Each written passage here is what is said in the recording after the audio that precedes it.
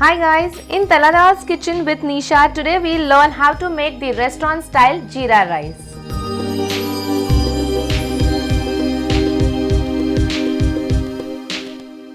Jeera rice, it's one of my favorite recipes and I'm sure you all must have also ordered it when you dine at an Indian restaurant.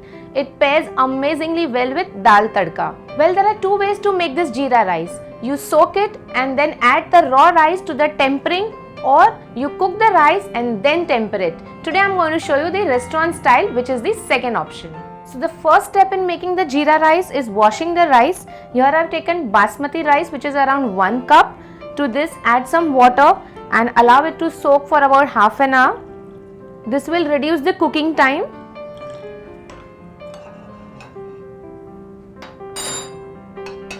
Once it's been soaked for 30 minutes, just drain it, remove all the water.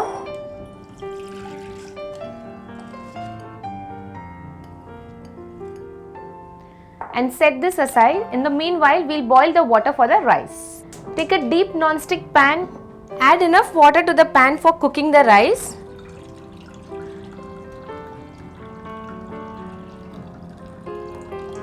Add some salt to it. It's preferable to add salt at this stage so that the rice cooks faster and it won't taste bland also later. Wait for a boil. Do not add the rice till the water has completely boiled. Yes, now the water has started boiling. At this stage, add the soaked rice to this. Give it a nice mix and allow it to cook on a medium flame for about 6 minutes. Remember, the rice should not be overcooked. We need each grain to be separated. Here the rice has to be cooked just about 80 to 85%. The remaining rice will get cooked by the time you drain it. It's been 6 minutes. The rice has been cooked. The best indication to know that the rice has been cooked is it will start floating in the water and each grain of rice will start showing separately. Switch off the flame. Quickly transfer it into a strainer and allow all the water to drain out.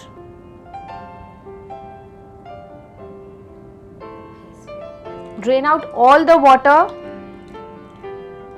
The more the moisture, the soggy the rice will be, and that's what we don't want. Transfer it to a flat plate immediately. Remember, the plate has to be really big enough because you have to spread the rice. Otherwise, again, the rice will turn soggy. And all this has to be very quick. Right now, if you notice, you will see that each grain of rice is separate. Now, if you are an amateur and not very sure of at what stage to remove the rice exactly, then I would suggest you add 2 to 3 drops of lemon juice when you are soaking this rice. This will ensure that each grain of rice is separate.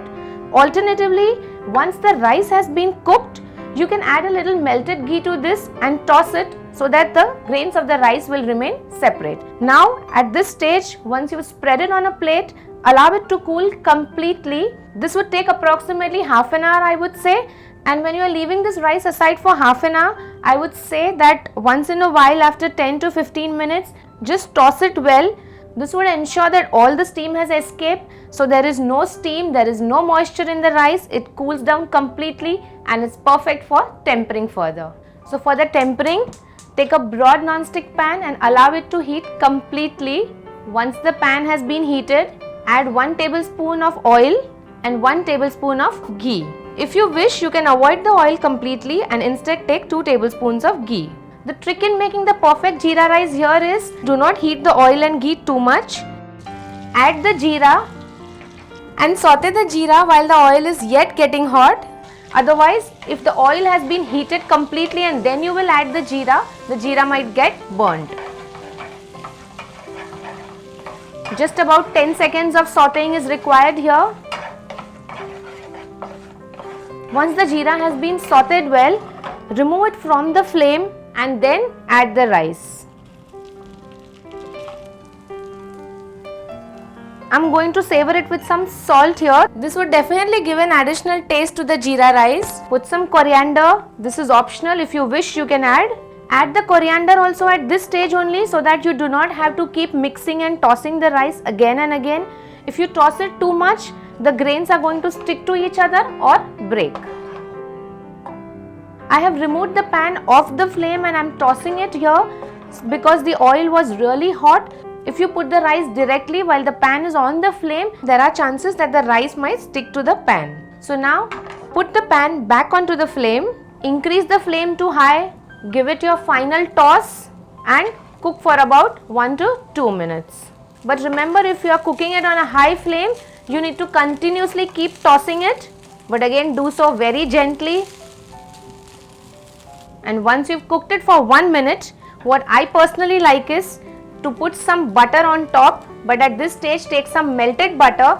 This gives that nice yellowish tinge to the rice which you get in the jeera rice in the restaurants, and it also gives that nice feel and shiny look to the rice. Just mix it and serve it. So the perfect jeera rice, which is a restaurant style, is ready to serve. Finally, garnish with a sprig of coriander to make it more appealing. Serve it with dal tadka and enjoy this Punjabi meal.